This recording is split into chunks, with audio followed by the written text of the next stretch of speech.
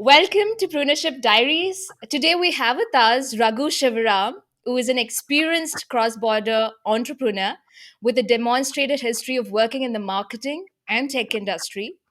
He has strong marketing skills coupled with a technology background, specialized in digital marketing, application design and development, analytics, brand development, and marketing strategy. In 2008, he co founded Spritz, an integrated marketing agency headquartered in San Francisco with offices in Bangalore and Paris. He is a charter member at TIE Silicon Valley, board member of SF-Bangalore Sister Cities Initiative, and an advisor to early stage startups in USA and India. So, Raghu, welcome to my show, and I'm so honored to have you here. And I gather we're going to have a tech savvy and a market savvy conversation, and I'm sure it's going to be amazing. Well, thank you so much, Shweta, for having me on the show. And it's such a pleasure. I'm definitely looking forward to having a good time on a Friday evening, discussing about marketing and how technology meets marketing with you. So thank you again. Yes, thank you so much, and it's such a pleasure to have you. So, without further ado, let's get started. Uh-huh.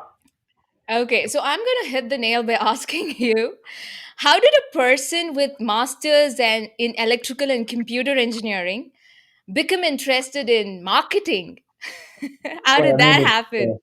sometimes there can be fishes out of the pond too, right? I mean, so, well, I mean, I think, the way I would like to address this point is, while I was growing up, I was always a people person. I really Mhm. enjoyed having people around me, and certainly that was one of the qualities that I had. So Mhm. I did my undergrad in India, just like a lot of my fellow Indians who moved here as immigrants and then have started living here for several years. Yes. While I did my undergrad in electronics engineering, Mhm. I was not the brightest of students, and I don't have any qualms of saying that because that's the fact. And I did take a break during my engineering, Mhm. and I decided to go try some new things. Yes. And during that time, I ended up working on a tech call center, on Okay. technical assistant per se. And Yes. I was in this role for about I think about 6 to 7 months in this position. Mhm. And through the course of it, I realized how quickly I could adapt with people. I was performing very well in my role, and I excelled fairly quickly. And Mhm. and post that experience, when I came back to my engineering school, and I Right. started, I realized that I could bring a lot of my learnings into my engineering, my bachelor of Yes. engineering in Bangalore. And during Yes. that time, I was doing a lot of activities which were beyond my academics. Like for Right. instance, there was a recruitment drive where companies would come to the university and recruit people. I was heading that up at one point, working with some other members. There was a college Yes. or university level cultural festival where you do things with multicultural activities, where I was the head for that in 2 consecutive years. And I Right. soon realized that those were all the traits that one could see. But like Mhm. everybody else, when you did your undergrad in engineering, you realize that you need to do your master's. So Mhm. I moved to the United States. I did my master's, as you know, and Mhm. through that process as well. Even while I was here stateside, I was working closely with a friend of mine who had a dorm room company, and Oh. he specialized in web apps. And at that time, Facebook was still in the inception. And I started working with him and heading up the business development because I've always been good with people, I think. So Right. that was how I always had the technological education, but Mhm. I always excelled in the marketing side of things, which I didn't know that I was good at it, or I'm still learning every day, no doubt. So that Right. was how I ended up in this space. And I must say Okay. that after that, when in 2008, I moved to the Bay Area. Right. I had some personal incidents that happened, like I lost my father at that Mm-hmm. time, and I had to do certain things. And as 2008 was that big recession that happened. Oh, And yes. there, I do have a long story to that, but I'll cut it short. But I ended up meeting my current business partner at a Facebook developers conference, and then we hit it off. And combining my technological background and her marketing experience, we brought ourselves together to form Spritz. So here we are, 15, Okay. 12 years later. So yeah, I Wow. mean, marketing is something I enjoy because I do believe that it's all about talking to people, interacting with people, and then in these days with digital marketing becoming such an important piece, how do you Yes. introduce technology to it? Be it your, Right. everything, all the touch points of branding from naming to, designing your identity to, deciding if you need to develop a mobile app or website for a company, or do we need to develop some kind of a software solution? So Right. because of my technical background, I'm able to analyze things, in Yes. a more analytical point of view, and then support my clients who, are looking at it in the sense of, okay, how is this going to work if I have to market it? So that's essentially my forte, that has worked for me all this while. Yeah. Okay. I mean, that's amazing. I think it's all about putting yourself outside your comfort zone. Yes. And in my case, I don't know if I did it deliberately or it just happened, Right. where Right. instances or situations of life kind of threw me out there. During my engineering, I took a break.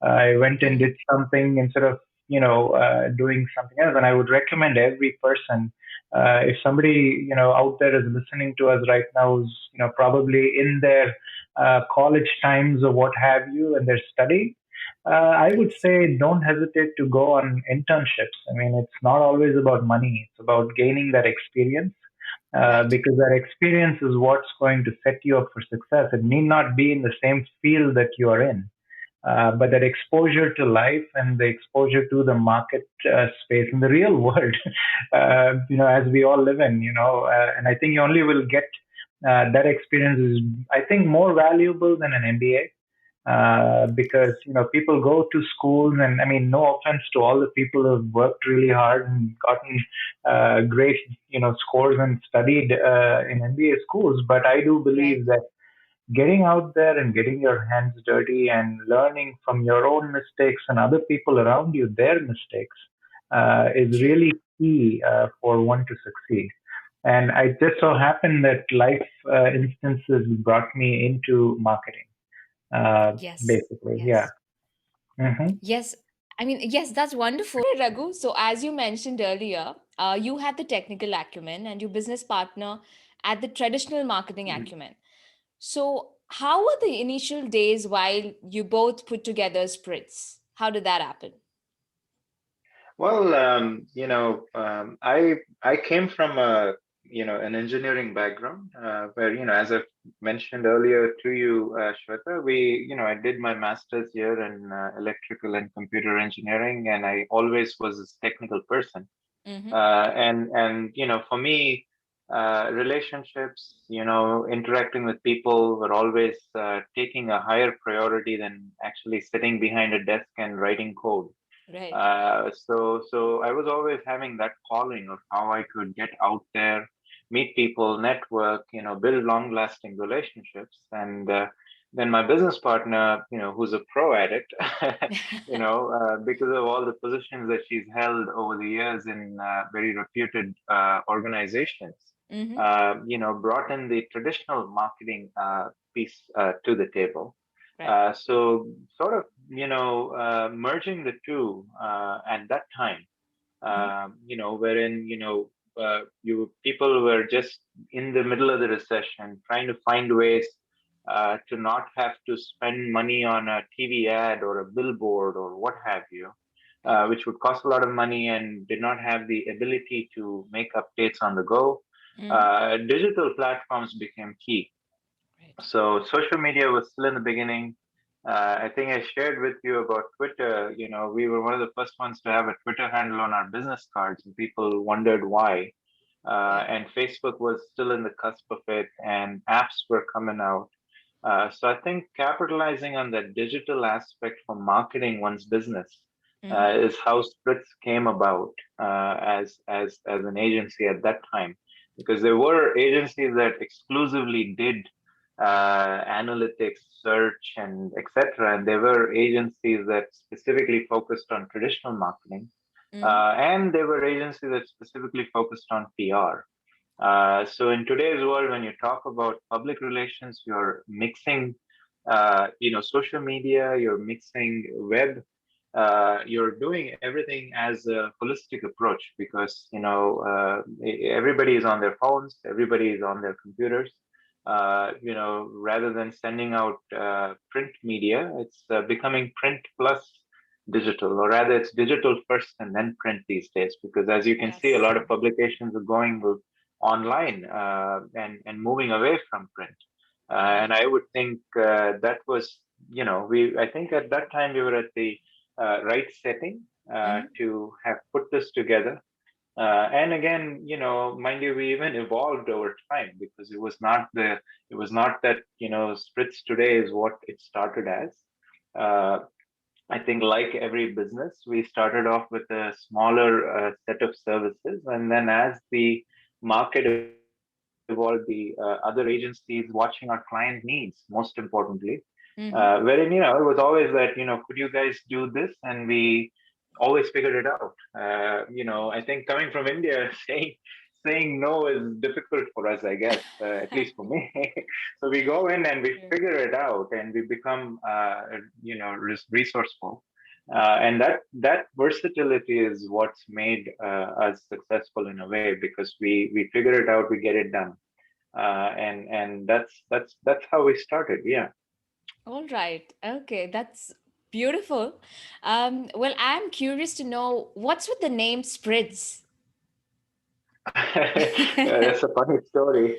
Again, when we came together, Beth and I came together to form the organization. Mm-hmm. Yeah, here we have this idea. You bring all these years of amazing experience to the table. I bring the technical expertise, and we wanted to do something. Okay, now what do we call it? So at that point, without even a blink, she said Spritz. And when I asked her what it meant, apparently, back in her college days, what have you, or early working days, she used to drink a lot of wine spritzes. Mm. So the nickname Spritz kind of, stuck with her, and also with the personality that she is, it made sense to have that bubbly, out there talking to people, and it totally made sense with that refreshing marketing angle to our business, right? It's all about being out there and being fresh and bringing in that energy.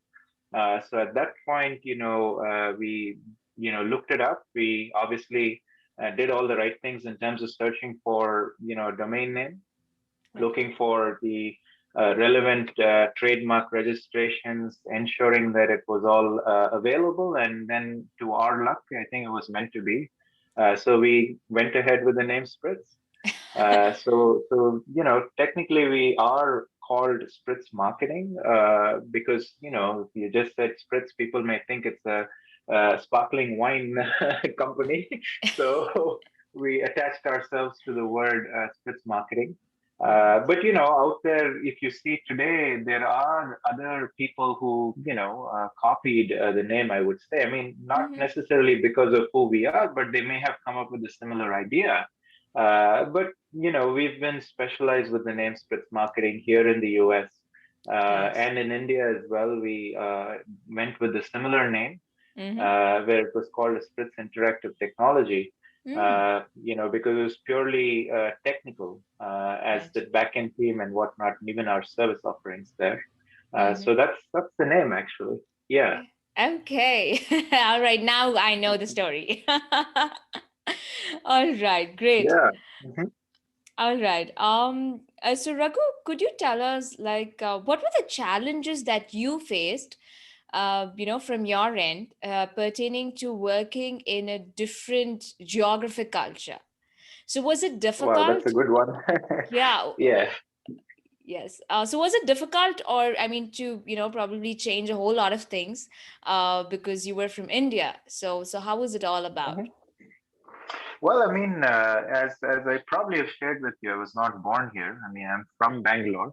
Mm-hmm. Lived most of my younger life there. Until I finished my undergrad Mm-hmm. in engineering, and then moved here. So I was a newbie. Did not know a lot. I wouldn't say I was a fresh off the boat, but Mm-hmm. having lived here a couple of years before, forming the company or getting involved in the business angle.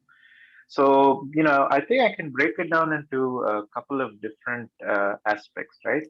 The first thing was about, the way of doing business here.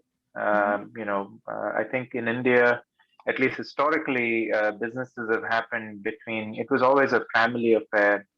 Even if it was entrepreneurship, it was always absorbing, your close friends and family and doing something together. Right. And a lot of business happened even without signing a piece of paper. It was a handshake, trust, etc. And here, I think it was more of a developed market where everything was put down on paper, everything has to be documented, and whatnot. Mm-hmm. So I think early on, adapting to that became critical for us, at least for me, because every little thing has to be put in writing and whatnot. So that Mm-hmm. was something different.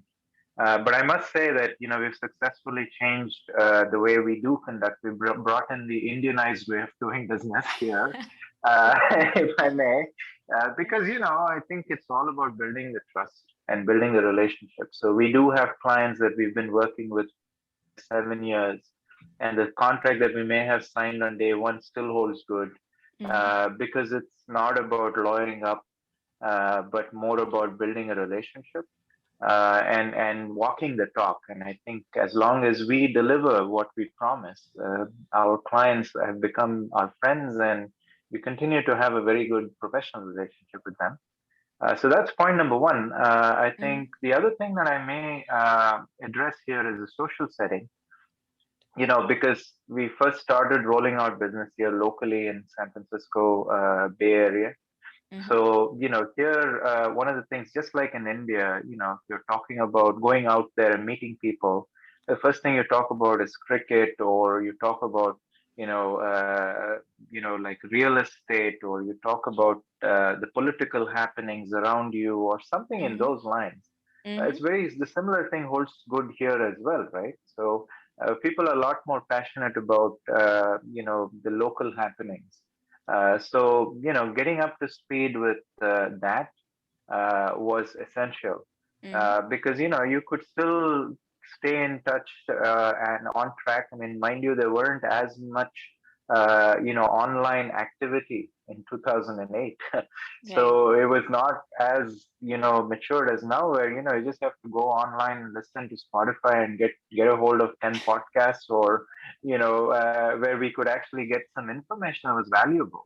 And it was a lot of reading up, a lot of interacting with people, and this is something you cannot just wing it out of nowhere. You have to interact, you have to talk, you have to be honest. Mm-hmm. And that was, I think, the second important piece for me. Right. And I think the last item that I do want to touch upon is, when you do start a marketing business, I mean, a service oriented business. I'm not building something for a particular startup as a product. Mm-hmm. And Silicon Valley at that time was, I mean, it still is to a large extent the startup capital of the world, where uh, whenever I did go to India, as I was sharing with you, I used to find friends and people talking about a real estate deal or this development or that innovation in terms of real estate, right? Because India was at that point in the crux of it over the years. But whenever I did talk to somebody here locally, it was about that next startup idea, or I'm thinking about this, company, and what could we do about, this problem that we're facing in a business, and how could we roll out a product which should solve the obvious issues, right? Mm-hmm. So I think being in that, I mean, mind you, India is way ahead of all other parts of the world today. Because I think there's more innovation happening in India than anywhere else in the world. I mean, if you look at the way a COVID vaccine rollout is happening right now, you can see that. Mm-hmm. I was just reading a report earlier, I think this week, where how the US or other countries haven't really given away COVID vaccines as much as India has done, Yes. and that is commendable. And I do believe that in terms of innovation, in terms of startup ecosystem, venture capital, everybody is looking at India as that next place. I mean, even if you look at Jeff Bezos from Amazon making that statement recently, so I think that is a true fact to be held today. But back in the day, it was a different story. So we were where we are now with India at that time here in the Bay Area. So you can Right. only imagine walking into a room and actually trying to convince these people who are amazing minds and intelligent people that they actually need a sort of a marketing and tech involvement, to actually get their ship off the dock and go out to sail, because they have these Right. amazing products, but they don't know how to market it because they're geeks at some point, trying to figure things out with technology to build something. And Mm-hmm. now, how are you going to help them with that phased approach to Right. get their products out there and without having a portfolio? So Mm. that's the key. Because today I may talk to you and you ask me who my clients are. I'm going to throw several big names, but these big names were not there back then. So Right. we started from scratch, it's ground zero. So that was a big challenge for us Mm-hmm. in landing our accounts. So the only way that we were able to land our accounts was purely based on trust. Before signing a contract, we, would probably go several months of back and forth phone calls, giving ideas, Mm-hmm. convincing our client that we are capable of doing this for you, Yes. and then starting off really small with Mm-hmm. probably a small piece of the contract, and then expanding within. So I think I may have given you an example. We started with clients where we've just done some display ads for what have you with a creative design, and then today we are the official marketing agency partner, Mm. or what have you. But it takes years. It takes Yes. walking the talk, small baby steps. Ensuring that they can trust you, ensuring that they know that you are the right partner for them. So I think those are some of the challenges, Shweta, that we had initially. Right. With getting off, I mean, on a personal level, I had some of these challenges. Yes. All right. All right. That's good to know that you've gone way beyond these challenges. And of course, we are seeing what Spritz is today. That's Thank amazing. you. No, it's very kind of you, but it's definitely been a journey, and I must say that we're nowhere where we want to be. We still have many Yes. years to go, and Yes. I think 2020 was like a curveball that nobody expected. True. But on the flip side, I do believe that businesses that come out of this are here to thrive, because people have learned to figure out what was a luxury was, back then was a necessity, was become a luxury today. It was Yes. all about having fancy offices and doing things a certain way. But I think people now have adapted to working remotely, cutting unnecessary expenses, and actually investing the same, at least we believe that you invest the same amount on your employees and on your company growth. So I think most people are doing that today in the business world, where they've adapted. Like Mhm. for example, here in San Francisco itself, some of the big companies like Salesforce, they've made it completely work from home. We at Spritz, San Francisco are work from home too. Mhm. So we've adapted to the trends, and that's something we've learned as a result. We've learned to go with the flow, and I think by saying going with the flow, we've figured a way out to become more effective within the means that we have. So that's definitely been a great challenge for us and a learning, if I may. Yes, yes, absolutely. I think I so resonate with when you said that going with whatever means that we have, going with whatever resources at hand, and making optimum use of them. So, Mhm. yes, right. Okay, I have a follow-up question to the one before, is Okay. related to the legal aspects. So, were there any difficulties which you faced pertaining to the legal aspects while setting up Spritz? So again, I think a question back at you is when we speak about legal aspects, because we do have a registered company here, company in India, what have you. So I'm just curious, do you mean the US or in India specifically? Both. If you can talk about both, that'll be great. So in the US, I think it was a lot quicker Mm-hmm. because like I said, we came up with the name. The first thing you did is all the basic checks.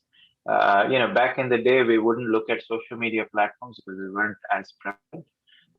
But if today, we would look at them as well. But ensuring that there was a domain name available, which was pretty close to what we want. Mm-hmm. Yes, I mean, Spritz.com was not available, but we ended up with Spritz Marketing, Spritz SF, Spritz India, and all of those domains that are, associated with it, which would define our business. So I think ensuring that all of those basics were covered, and then meeting with our attorney with a proper jotted down plan, Mm-hmm. more or less. I mean, you may call it a business plan or an executive summary, but I believe that you do need to pen down your thoughts. But the thoughts that you may have penned down back then, if you look at it today, you're probably going to laugh at it because everybody evolves. Like we as human beings, if you mean, I would, I've heard this and I would say this to everybody: is if you go back and read a letter or a journal that you may have written 6 months ago, you may think, oh my God, how different am I today? Or things have changed. Yes. So, in the same sense, if you look at it in a business point of view, it's the same thing. What we originally may have written may not be the same. So, we took all of that to our attorney. Mm-hmm. They Mm-hmm. filed for all the paperwork. You do file with the city and the state, and inform everybody that, hey, there is a company like this that is being formed. We need the right licenses. Mm-hmm. And of course, as a result of that, you got to pay the relevant taxes, as you start, and maintain all the paperwork. So critical part for us is we had a good legal team, involved with us, and I think today you do have a lot of online legal companies that are available that would do the job for you. Right. And the other thing was having the right CPA. It's a chartered accountant in India equivalent. Mm-hmm. So we had those members or those, essentially ducks in a row with all the task list for forming. Mm-hmm. And I think it was a lot faster. Within a couple of weeks, we were up and running, because of the way it's set up, essentially. So when you talk about India, as I may have shared with you previously, we did not have an India office day one. We rolled out the India office after a couple of years. Mm-hmm. So over the years, we had a lot of partners that we worked with, either in the form of freelance consultants or what have you. And when the time came that it was few too many such people, we said, you know what, we need to have our own setup. Which included getting payroll, getting, paying taxes, the benefits, the medical, and whatnot, right? Because you need to provide all of that. And in India, as you know, I think is a very, very spoiled environment to a degree because people get picked up, dropped off, fed in the office to everything. So, and here Yes. we are trying to figure it out as a startup. So, and again, today it's a different world because today people understand what a startup looks like. Right. But back then it was again, it was a necessity, it was a requirement. So we came together over time and decided to absorb these people into the company, a few of them, and then hired more people, got an office, a physical office set up, and that was, I think, a slightly longer process. And I would say it's because my primary residence was here in the U.S. So there were things like you couldn't be the head of the organization there, so we had to find a local partner and do things of that nature with setup. And I don't know about the legality today. I'm sure it's Right. changed or evolved. But back then, that was how it worked. But I think in a couple of months we were up and running, but we already had all the clients, we already had everything in place. So the timing of how it all happened did not really matter for us because it wasn't in any way hampering our business. So I think that's essentially how the whole process that happened. Yeah. All right. Okay. Thank you for that. I think it will be great for all the entrepreneurs who are wanting to, Mhm. probably scale to US, scale in US, scale the business in US, and also for Yeah. the entrepreneurs out here as to, what can they Yeah. expect and, pertaining to the Mhm. legalities. So thanks for letting Yeah, I us know mean, about it. if I may share a point there for somebody who's got a business in India, Yes. who's looking to start a setup here, Mm-hmm. you can definitely do that. It's not required that you have to be a resident here. It's not required in those lines. You could always set up operations in the US. And if you're an Indian citizen, you can still be a director in a company that's based here and hire the right talent under you. Mm-hmm. But if you do want to come and work here, then it's a different ballgame because of all the immigration and etc. So talking to an immigration attorney, I think if one is thinking about moving or relocating and working out of, say, the United States, you are better off speaking with an attorney about the immigration policies and what you need to do, and along with that, having the right legal, the right CPA, etc. Mm-hmm. And please make sure that the company name that you're setting up here is cleared for the USPTO.gov, for the trademark registration and whatnot, and also domain availability and things are ancillary marketing pieces to it. But I think on a legal point of view or a business operations point of view, I would recommend these ideas. All right. All right. Thank you for Hmm. that. Thank you for that. Thank you for those pointers.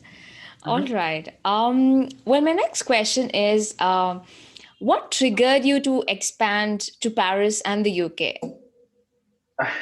Well, I think that's more of a recent update. All right. We've been in business for over 12 years at this point. Mm-hmm. Mm-hmm. And we've been catering to clients all over the US. And over the years, we've had clients in Europe, in the UK. We've had clients from Hong Kong, Taiwan, etc. One thing that we realized is, two of our team members actually, were from France, and more recently, they moved back to Paris and started seeing the business environment there. Mm-hmm. And we really saw that, with what we have to offer as Spritz, with the design, marketing acumen that we bring from the San Francisco side, and the all the technical gurus that we have on our India Bangalore team. I mean, these guys are Right. amazing.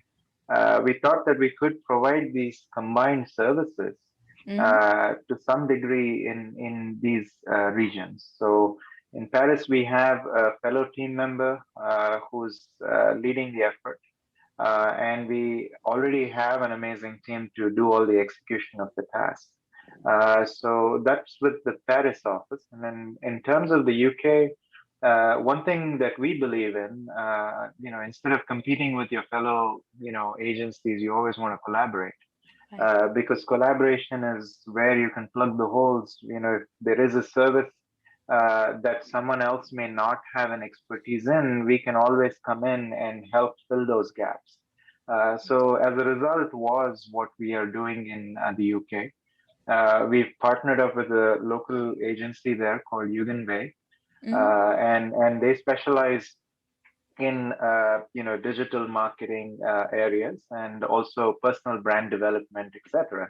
And we've come together with them to provide some more support, especially when it comes to the technical aspect of things or social media, reputation management, search marketing, email automation, etc., where we can combine our forces to actually become stronger.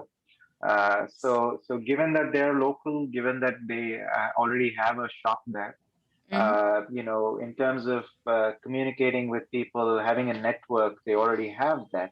But there are areas of service offerings that we can come in as a partner to become stronger as a team. So that's essentially the partnership that we've developed, and we're actually in the process of looking for similar partnerships in Australia and Canada and other parts of the world, wherein I think the Silicon Valley's again, be it Silicon Valley of the US or in India, I think the way we put together design, the approach that we take, is always been followed around the world, given that people look at things in a different way, if I may. And then if you take the technical thought process and what they bring to the table from our India and Bangalore and other parts, I think bringing these two together and offering up to the world is a no-brainer. It's just that we need local people who are connected. It's very much what we did here in San Francisco or New York, etc. The same thing. If you have a local partner in, Sydney or UK, I mean, in London or what have you, you're now already having those relationships. But we will come in and say we'll offer up all these expertise, and become stronger. So I think collaboration is the key word here, because I mean, unlike back in the day, it was more about a fight to get the contracts. These days, I think COVID has also taught a lot of those agencies how to operate differently, because people are not wanting to sign 5 agreements with 5 different agencies these days. They'd rather work with one company who would take all the responsibility and then let them figure it out internally. So that's Yes. the model that we follow, and it's really been working for us. Yes. I think that's pretty interesting, and I think it's more of being inclusive rather than being competitive, isn't that right? Mhm. Yeah. Yeah, I mean, competition is key for you to succeed. So Yes. you do need to Yes. compete. Right. But at the same time, you have to approach it with some maturity in terms of, Mm-hmm. like if there is a fellow PR agency and we also do public relations, we may, you cannot be a PR firm that can handle everything. There's Right. tech PR, there's hospitality PR, there's nonprofit related PR, etc. Right? Because the different media partners and the pitches that you do, the way you write your press releases and the way you approach it will be very different. So Yes. partnering up in those lines makes sense. So even Mm-hmm. though we offer up a PR service, if somebody is coming in and saying, I need something on a technical point of view, we have a specialist who focuses exclusively on tech publications that we work with. If somebody is looking for nonprofit, then we do have it within our own wheelhouse.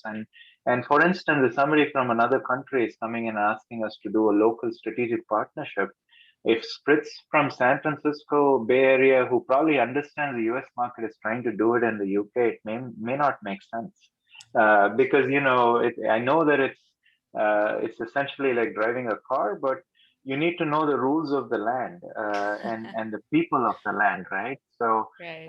a stop sign here may mean something where it may not mean anything in India, right? So you do want to adapt to the region, and that's why collaboration is key. Right. And then I think we all win. It's a win-win for everybody. Yes. Win-win Yes. for us as agencies, where we're seeing steady flow of services coming in and clients. And on a client point of view, consolidation is happening, so they don't have to worry Correct.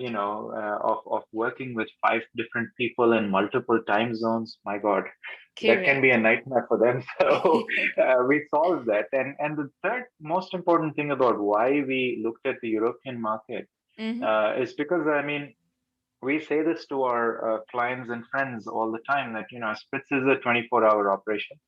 Because a lot of times the clients may be providing us input, and before they wake up the next morning, our amazing development team would have worked on it and is ready, and they're like, "Oh my God, you guys are so fast!" So I think now adding somebody in between here with these time zones in the European region was a no-brainer. Because if you're looking at, I mean, we are offering up predominantly digital services for these regions. So as a start, again, we may evolve in the future. But when you are executing these things, having people in all these different time zones who are part of our team really makes us awake 24 hours. And our clients love it because of that reason. Absolutely. I think it's just getting their work done easier and faster. Mhm. Yeah, yeah. Perfect. Wonderful. All right. Okay, thank you. Thank you for those points and absolutely. So rightly said. Yes. Right. Okay. So could you tell us how you handle teams and clients in various Uh-huh. geographies, as there is a difference in cultures? Of course, we spoke about this, it being geographic and also business wise. So how do Yeah. you handle it? Well, I mean, I think there's internal teams and then there is clients, Right. right? Yes. So on an internal team's point of view, it's all about process driven, making sure that the biggest hurdle is the difference in Mm-hmm. time zone, because, we're practically 12, 13 and a half hour time zone difference between us, Right. where we are. So one of the things that we have learned is how do we use technology efficiently? Be it Yes. your, like technology right now has enabled you and me here to talk 9,000 miles away. So the Yes. same way, I mean, utilization of Zoom meetings to Slack to Google Hangouts to Right. project management tools to ticket managing softwares like, Jira and Atlassian to whatnot. So we basically have it down in terms of utilizing technology. The Yes. other thing is, as I said, the time zone differences, a lot of early mornings and late evening phone calls Right. because the team, and on both ends, because, Mm-hmm. the team there and here. So setting up those conversations on a very regular basis and utilizing a project management tool has been significant. So Right. that has been a challenge. The other, more quirky challenge that we have is the holiday calendar. Like for Oh, instance, yes. oh yeah, here in the U.S., as I was telling you earlier, during the Thanksgiving and Christmas holidays, I mean, right around the last week of November and the Yes. last 2 weeks of December are gone. Nobody is here. Even if you want to talk to your clients, there are very few clients would actually be responsive or available because they're all out there. It's the biggest holiday.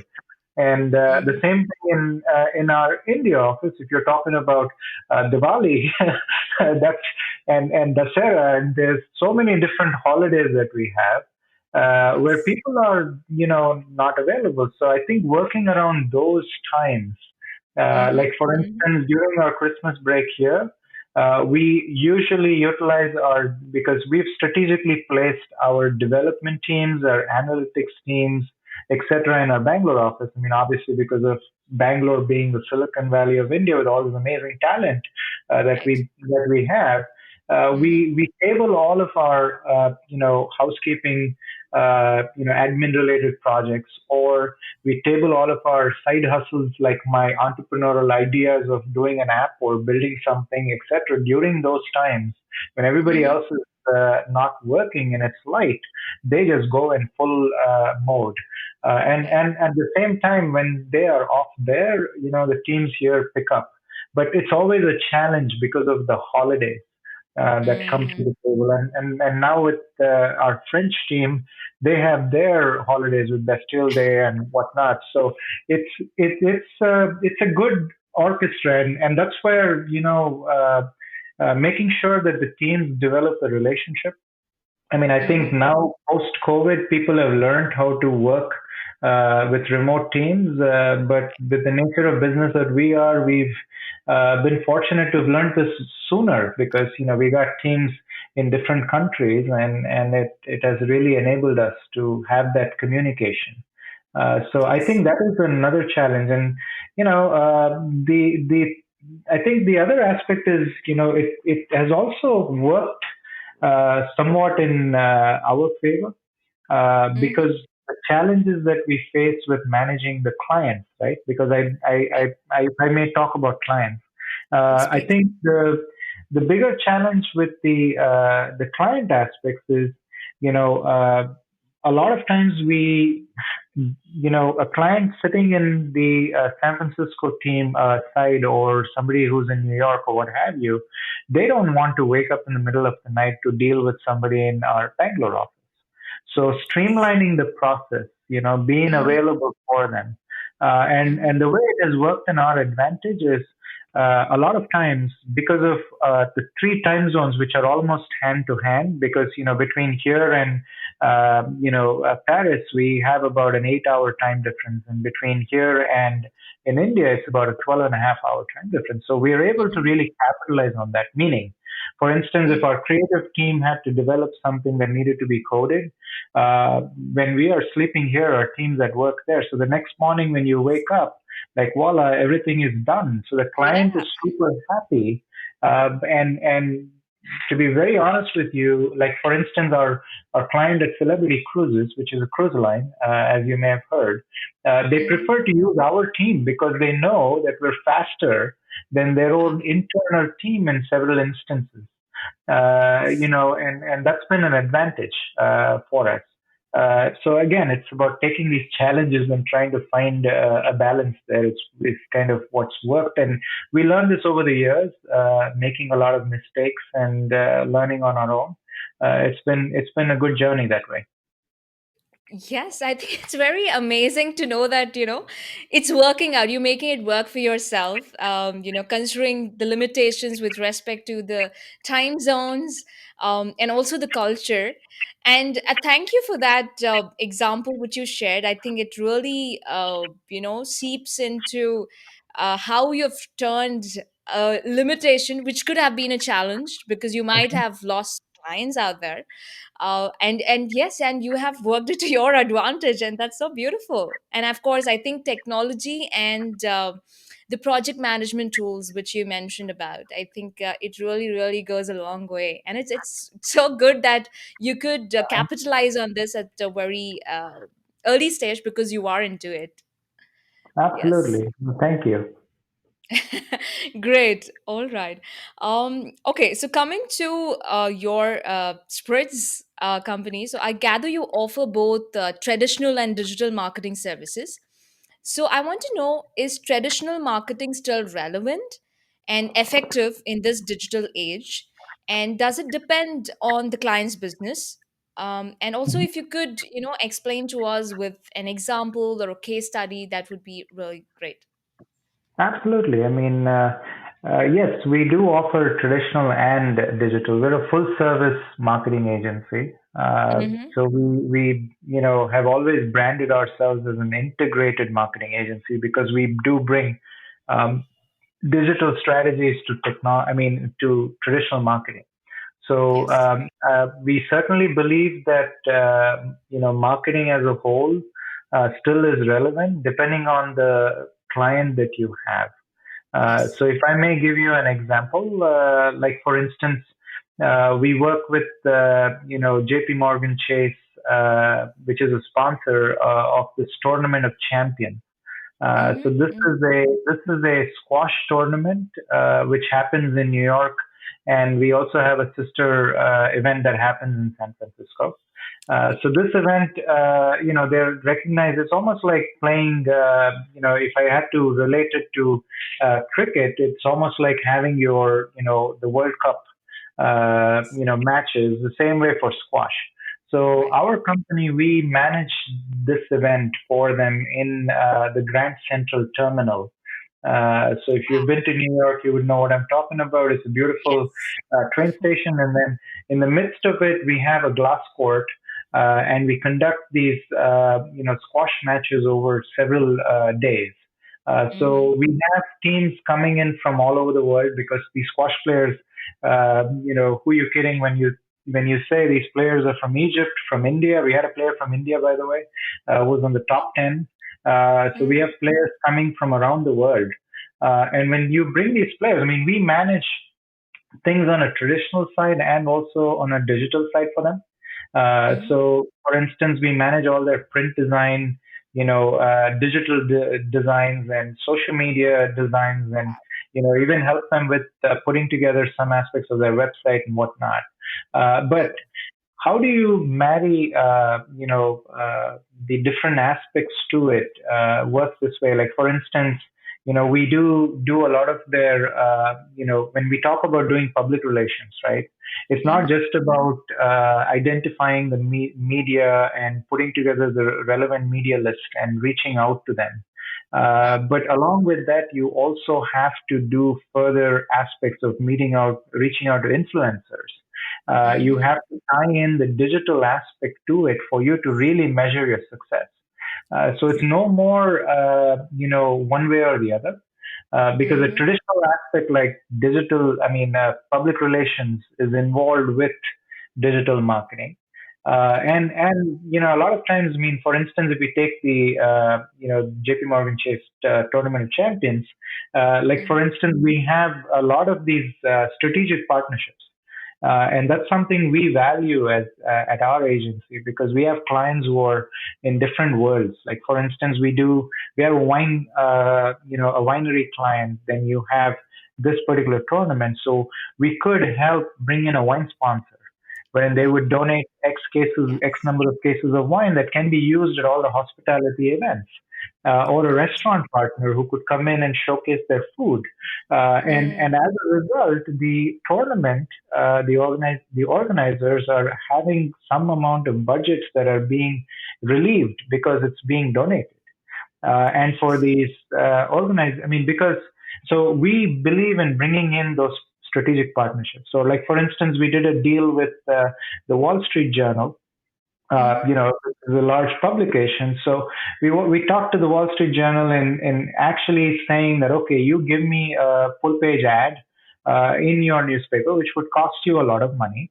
And in exchange, Mm-hmm. we would give you X number of tickets and whatever else that we have to do to give you the relevant branding as a media partner and probably a booth at the facility. And this way you tie in value in kind to our offering. So strategic partnerships is another aspect that has really worked. So I Mm-hmm. mean, I can go on with my case studies if you. If, I don't want to bore the users, but I certainly have several such partnerships that we have developed. Right. And Right. I think in marketing and also in the world that we are in today, you always have to think out of the box. You Yes. have to learn how to bring two people together without holding your contacts to yourself. Because I, Yes. I do believe the more I've connected people, the more I've met people too. Especially, as I think I told you, I mean, I'm just kind of deviating a little bit here. But as I Mm-hmm. was telling you earlier, I mean, I used to sit on the another nonprofit board for, the ACCA, which is the Association of Kannada Kutas of America. I'm a Yes. Kannadiga from Bangalore. So Yes. I used to be a board member and joint secretary for that organization. Mm-hmm. So now, when you think about it, here I am dealing with marketing technology with clients that are locally based, and there through Akka, I get another open world to a lot of my people from Karnataka, from Bangalore, from India, and all the dignitaries and other celebrities, etc., that you meet. So there's this whole concussion concoction of network that you bring to the table. where we're actually really bringing in people from India and actually introducing people from here to them. And it's just beautiful because, we may think that, oh, it's my contact and I don't want to share. But in the contrary, I think the more you share and the more you give, the more you get. So I think I've ended up meeting a lot of people. And at Hmm. some level, you also earn that so-called title that, oh, you're a networker who can connect people too. I mean, so you're constantly doing that. So that's been Yes. fun. Right. No, I know I so agree with you, and it's so beautiful because I totally understand that one can think that, okay, let me keep the contacts to myself, or let me just do what the client asked me to do. But at the end of the day, you just want to include a lot of clients and help each other out, and it's always going to be a Absolutely. win-win situation.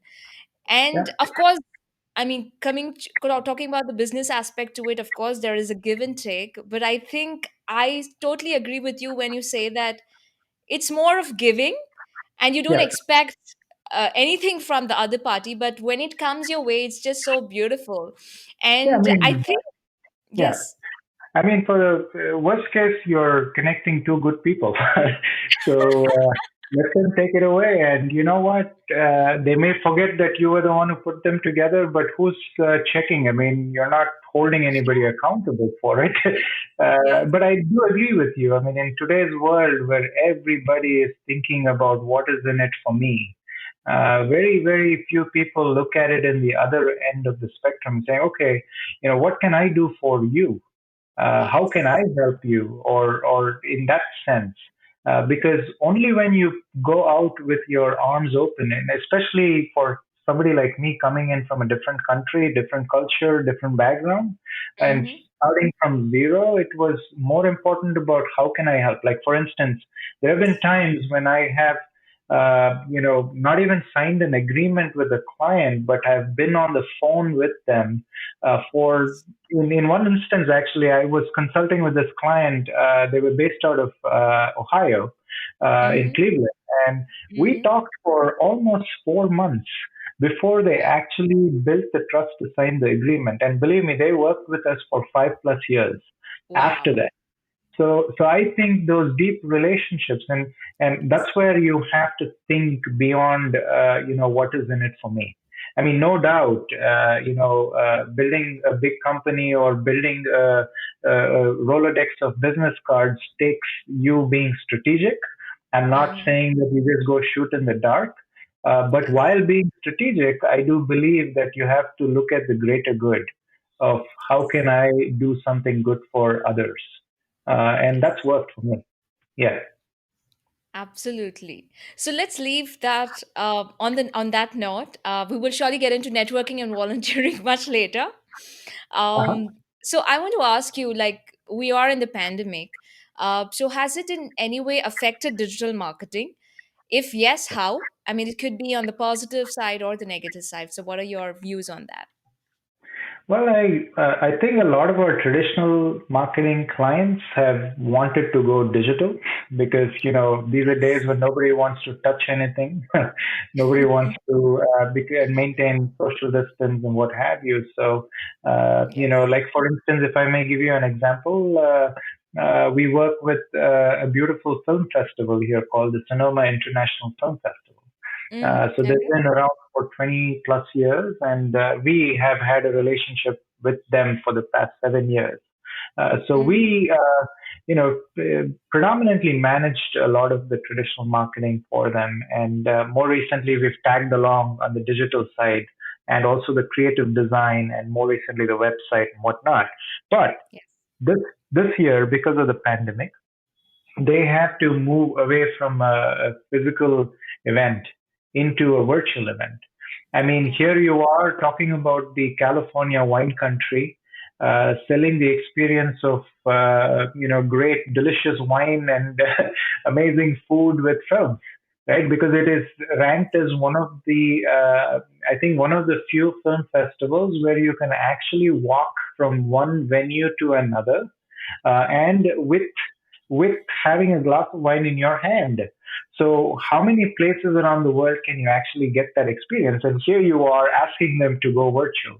So Yeah. now I mean, so we have to come up with some creative ways, right? As a team, as a collective team between the organizers and us and everybody else, where we're going to have a wine partner, who would probably deliver wine and food to your home if you're a pass holder, where you can actually watch the film at your home on your TV while enjoying the food and create your own evening. So we started, several such events where, one of the events was about doing, Sip Saturdays is an event every month where we do a movie and we tie in a wine sponsor and several other sponsors, and then we get the wines to your home where you can actually sit at your home and watch the film. So Right. that was how we brought in some traditional marketing to digital, for a traditional client to somewhat Mhm. degree. They're pretty tech savvy. Don't get me wrong, but it's just that the nature of the film festival is happening on the Yes. ground, and here you're Yes. bringing them to a virtual space. So that was one instance I can think of. In terms of how digital marketing has actually been good Mhm. to that extent in terms of how. And the other thing that I can give you as an example is a Mhm. lot of our restaurant clients. Previously we used to focus heavily on, the entire zip code of, I mean, not zip code, the entire city. Like if you're Yes. talking about a restaurant in San Francisco, you would target the entire Bay Area for that matter because it's a destination, right? People go there to dine. So now with what's going on with the pandemic, we've started doing some micro level marketing with some, there's an organization called Nextdoor where they only deal with people within these different neighborhoods. So we've Right. tapped into the neighborhoods who could go in and actually place an order online to get delivery. Mm. So marketing in that level, so that it's done on a neighborhood level, has taken Yes. off, and to some degree, it is introducing traditional marketing through a digital platform. Yes. Because you're, giving them a digital flyer to some extent, I guess, and also dropping off food to your home, and also with that food comes other, coupons and offers and whatnot. So which is all traditional marketing to some extent. So it's gone both ways depending on the scenario. Yes. Yeah. Yes. I think a lot of businesses have re-strategized the way they work, isn't it? I mean, like Mhm. probably they would be just concentrating on traditional marketing, but I Yeah. think the pandemic has given them an opportunity to rethink or re-strategize the way they work, and I think digital marketing has played an important role in probably putting these businesses probably in a perspective which they didn't see for themselves. So, Absolutely. I mean, I think post COVID-19, businesses have learned to be more humble. Businesses have learned, to, look at how they can help rather than take. yeah. So, like for instance, there are companies that have gotten into manufacturing gloves and face masks and whatnot. Mhm. Accessory store or apparel store would have face masks for sale now. So there Yes. are companies that were probably making batteries that are making your ventilators. Mhm. And I do believe the company, I think, that held the patent for the ventilator concepts gave it away so that anybody could go in and produce. So I think people have learned a lot in terms of how you have to pivot and how you have to be open so that you can stay relevant because otherwise you're going to sink. And actually, while you're sinking, don't forget you're taking your entire team with you, all the people who work with you, your customers, and whatnot. So you have to be aware and stay on top of it so that you can change course, so that you can stay alive and, to rough it out in a way. Yes, yes, totally agree with you. And right. So moving to networking as we were talking about. Uh, so does networking and volunteering help in building authentic relationships? What is your view on this? I'm asking about volunteering because I know you're a part of a few organizations, NGOs, which you worked earlier in Hmm. India, and also I think you're in California. So I want you to let us know how has this experience been. I'm not talking from a business perspective, but more in terms of how has it helped you grow. Yeah. And yeah, so yes. Well, I mean, I think there was this famous saying, I don't know by who, but it spoke about how, help somebody even if you know that they can't do anything back for you. Yes. Uh, and that is the motto that I have always learned to live in, because after I moved to the States, and as I was telling you, through those early years, Mm-hmm. there were a lot of hardships because I lost my father very suddenly, and we had a good life and in India, and then we were kind of thrown under the bus. We had to figure it out and fend for ourselves and do things. So there were a lot of people who helped me during those days. Mm-hmm. And that kind of set a precedence for me to do something for somebody else as you pay it forward in a way. Yes. For instance, when you join certain organizations or somebody approaches you for, can you help me advise for a company, or can you help me with anything for that matter? I Yes. believe that everybody should look at it, with the perspective of giving more than you take, because only then will you receive more. Because there's somebody else who's going to do it back to you. So I think it's been that way. And talking about your point, mainly about networking and volunteering. Mm-hmm. I mean, possibilities open when you network. You meet the best friends in your life at the most unexpected places. In fact, Spritz as an organization, I mean, I was at a Facebook developers conference, and after that, we met this with this person. This was back in 2008 when Facebook developers conferences were happening in San Francisco. The Facebook was not the Facebook it is today, and I was attending this conference. I went there with my then colleague with whom I had this mobile app development company, and I ended up attending this conference, and I met this person who was also developing mobile apps. So after the event, he invited us over to his home, saying that why don't you come over and we'll have some drinks and talk about apps. And well, it so happens that he went to the same grad school as we did. So that opened up the conversation. And then when we end up there, he says, "Hey, my neighbor who was the next door also was from the same school. He went to the Oh. same university." So he wanted to, and that person was having a housewarming party because he had just moved in. And he said, "Why don't you all come over?" And at that venue, I met some of my friends that I'm still very close friends with. And actually, I met my business partner there as well. So unless you network, you don't know whom you're meeting. And I do believe that on a networking point of view, it's not just about business; it's about somebody that you can bounce your Yes. ideas off of. Right. And again, your network will keep changing as you Mm-hmm. grow in life, as you elevate yourself, or move in whatever direction you're going. Your network will move with you because you will outgrow people. You will want to look for newer mentors and newer people that you want to mentor. Yes. So with all of that, I feel like on a networking point of view, that is something that you cannot stop. It's just like waking up and brushing your teeth in the same way. You have to keep networking and meeting people. And yeah, I mean, I think on the volunteering level, I do believe it's about paying forward. I do believe that you have to have your heart in the right place. It's about what can you do for somebody, and yes, I mean always looking to. I mean within our own capacities, of course. If there is something that you can offer somebody as an advice through their startup, you would be open to that.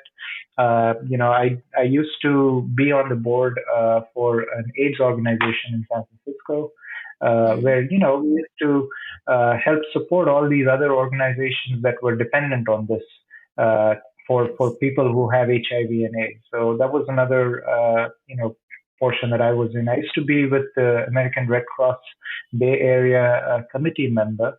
where we put together a big gala once a year, and we raised, at one event, I think we raised close to $1 million. Wow. So there have been successful, people out here are giving. It is a community-oriented, space that we live in, and I think it's the same even in India. As you can, I mean, you just have to look around. There are a lot of people who are very giving. But on a volunteering level, I do know that you are very involved, with the Isha Foundation. I have to share with you a very small story. Um, Yeah. I had the I had the distinct honor of meeting, Sadhguru, His Holiness, back in. Yes, I mean, this was back in 2010 when he was visiting the Bay Area. Right. And there are several Isha Foundation volunteers all scattered all over the Bay Area. And one of them happens to be a dear friend who's running a very successful cybersecurity company.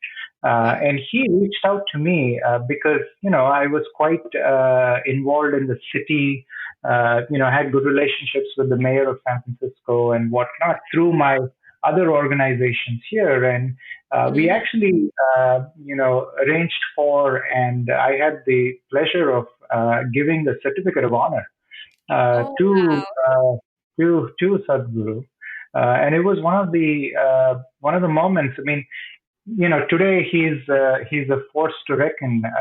And I think this was during that phase when things were sort of at the cusp of opening up in terms Right. of all the amazing work that he Yes. was doing. I mean, so that was just my little story I wanted to share with you. Oh, Uh, yes. yeah. Yeah, that's wonderful. I mean, so glad that you could meet him in person. That's really wonderful. Oh, well, I Yes. think a lot of people would say this. When you meet somebody with an elevated energy like that, you probably have a loss of words. And I must say that was quite the feeling at that moment. Yeah. Hmm. Wow, but that's wonderful. And I love the analogy that you mentioned, like, just like brushing your teeth, networking as such. And I so totally agree with you on that because I think even for me, like networking with people has opened up a whole lot of things because I think I met my first client in a networking event, even though, it took only like after 3 months that, we got into business. Yeah. But yes, I mean, networking is amazing and not just for business, but otherwise as well. As you clearly mentioned, it could be just friends that you're meeting or some Hmm. relations that, you just hit it off. So, yes, it's Absolutely. just beautiful. Wonderful. Absolutely. Yes. Okay. So I'm getting to the last question. Okay. So especially during this time, well-being is of utmost importance. So what is your workout routine like, and what do you indulge in apart from work? So that's a good one because, like they say, right? I mean, fit body means a fit mind and fit everything else.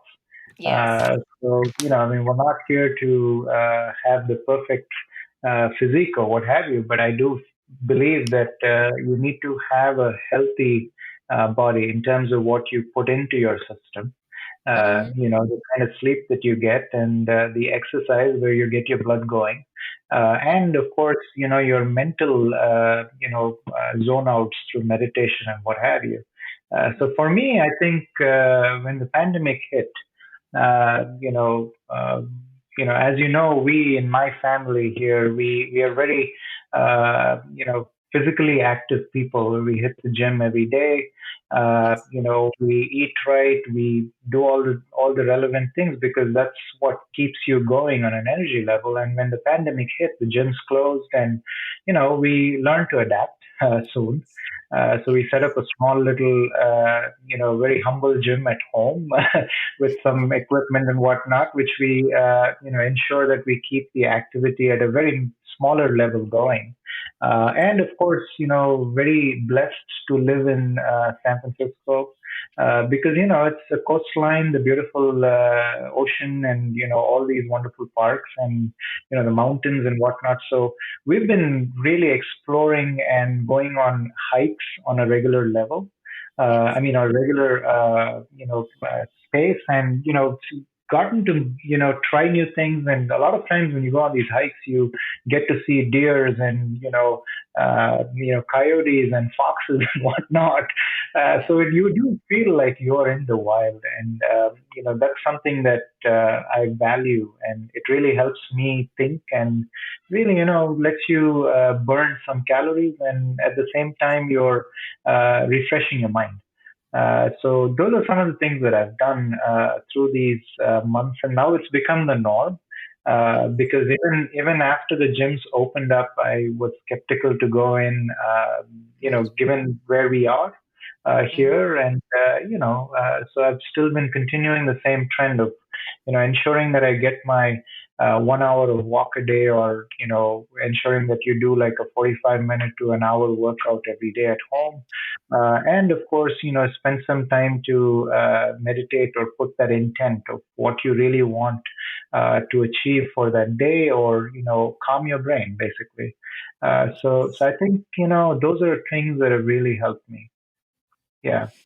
Wonderful. And it's so nice to hear that you've made use of whatever equipment, or you, as you Mhm. mentioned, you just created a small gym out in your home, and also to explore nature. I think that's one Mhm. thing which all of us need to do, because I think that's somewhere, I'm not talking about during this time, of course, pandemic, going out Yeah. is kind of, there are certain restrictions, but I think we all need to explore nature, because I think that's where we get a true sense of what we are. I think that's somewhere lost Absolutely. in the so many multitude of things that we're doing. So it's really nice to hear that you go on hikes Yeah, I and explore mean, the place.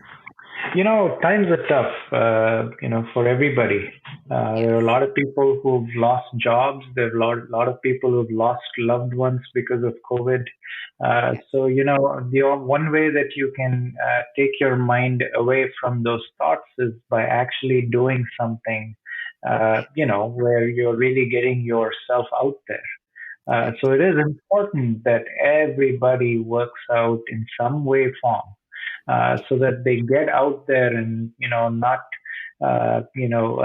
become stationary, because that's when your mind gets wandering, and it'll take you for a ride.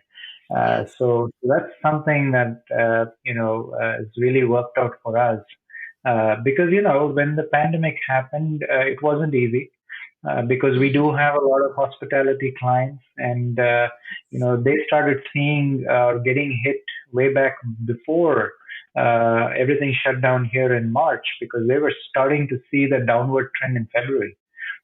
So we did lose several clients who put us on hold overnight, Mhm. and that's when you have to think about how can you help brands become pandemic proof. Like we started pitching to several newer clients where we helped them revamp their branding and whatnot. So for you to really take those punches and really come out on the other side of it, I do believe that having those outdoor activities, having the healthy friends, and people around you who are your pillars, right? That's crucial, because if you don't have those mullahs or the pillars around you in place, a situation like what we went through or what we are still going through can be really daunting. Yes. So I mean that's kind of where I'd like to end that. Yeah. Yes, absolutely. So rightly said. And yes. All right. Mhm. So we get to the last section, which I call as the Okay. pruner spotlight section. So I'm going to run you through a few questions. It could be on the personal level or the professional level. All And right. you could answer to me in a word or two or a couple of sentences. I mean, it's left up to you totally. So do we get started? Sure. I mean, drum roll. Yeah. All right. Okay. I'm excited. All right. So the first question is, what is your ikigai? So ikigai is nothing but the reason for your being. So what is Mhm. that one thing which you do no matter what is happening around the world in on any given day? Well, stay humble. Wow. Well, I think Super. that's what matters. Yeah, staying humble is the Amazing. most important thing. Yeah. Yes. Yes, absolutely. Wonderful.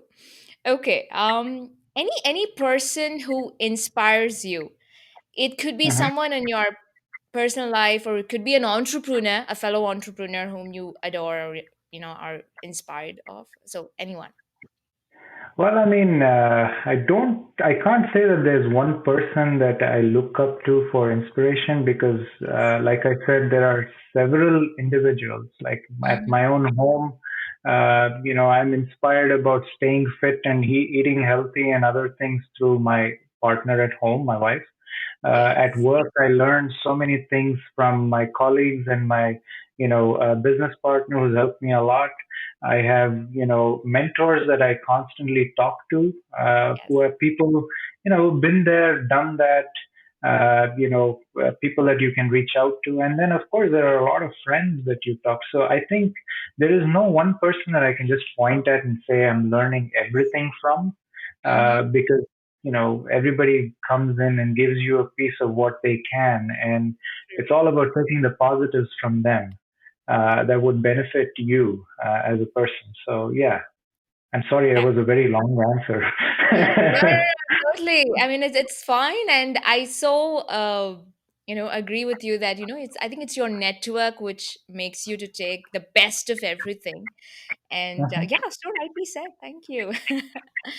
All right. So moving to a very interesting question. Hypothetically, if you turn out to be the richest person in the world tomorrow, what would you like to do, or would you continue to do what you're already doing? Wow. Wow. I can never be idle, so I would probably continue to, work. Mm-hmm. I would definitely ramp up my, volunteering works and giving and whatnot, and Yes. really helping a lot of people like me who, when the person that I was when I started. Mm-hmm. So I would focus on that because I believe that, it's a short life and a small world. So that's how I would look at it. Great, great, amazing. All right. So would you first choose a business and then a place, or would you first choose a place and then have a business? Which is which? Oh, well, I think in today's world, it's definitely not relative, right? Because everything is so virtual. So I can be sitting at my home in Bangalore and running a business in San Francisco, Right. or vice versa. So I think it's about the idea. It's about what you want to achieve, and then certainly I would believe that the geolocation is important, Mm-hmm. because like for instance, if you're sitting here in, I mean, fortunately, Bangalore or San Francisco, these are all technology driven, cutting edge, people and whatnot. So Mm-hmm. I don't think those are the right examples. But if I were to be sitting in some other place, Yes. I would say that the location is important. But Mm-hmm. again, without an idea, what's the point in being in a location, right? True. Yes, rightly said. Okay. What is your definition of success? Wow. Definitely not. I believe that, definition of success is the growth, not measured by numbers. Mm-hmm. Because, I've always believed, because I'm the person who puts my heart into networking. So, money will follow. If you have a great idea and if you work with passion, everything else will follow. So, I think my idea of success would be to develop something that is, widely used and, truly on an entrepreneurial point of view, because it's easy, it's not that difficult to find investors if you have the right idea and the right mindset. Yes. Okay, perfect. All right, we come to the last question. What is the one key takeaway or key learning which you would want to share with the listeners out here? And the listeners could be pruners who are already on the journey, or probably you are wanting to scale. or probably it could be someone who is wanting to take on this journey, this entrepreneurial journey. So, what would you like to say to them? Well, I would say align with the right people, Mm-hmm. and the second thing that I would say is never stop learning, because that's the only way that you're going to be relevant. Yes. All right. Thank you so Mhm. much. So, Raghu, how can one reach out to you? Well, I mean, you can look me up on my LinkedIn. Raghu Shivaram is my ID. You can definitely look out for our, company website, spritzmarketing.com or spritzsf.com. So yeah, I mean, anybody who's out there who needs any help with a cross-border idea or looking to, start an office here or just looking to talk to about what's, doable, I'm always open to, contributing my time. Yes. All right. Raghu, thank you for the gesture, and I will surely leave the links in the episode description. So, Hmm. finally, I would like to thank you again for making time out of your busy schedule and also to share with us that entrepreneurship can cross borders in a very wonderful way and a lucrative way. And this conversation has been very insightful for me. And of course, I'm sure the listeners out there would find it very informative. And it is such an honor and a pleasure to have you on my show. So thank you again.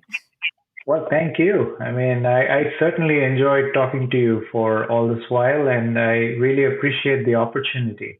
So thank you for having me on your show. Yes, thank you. All right.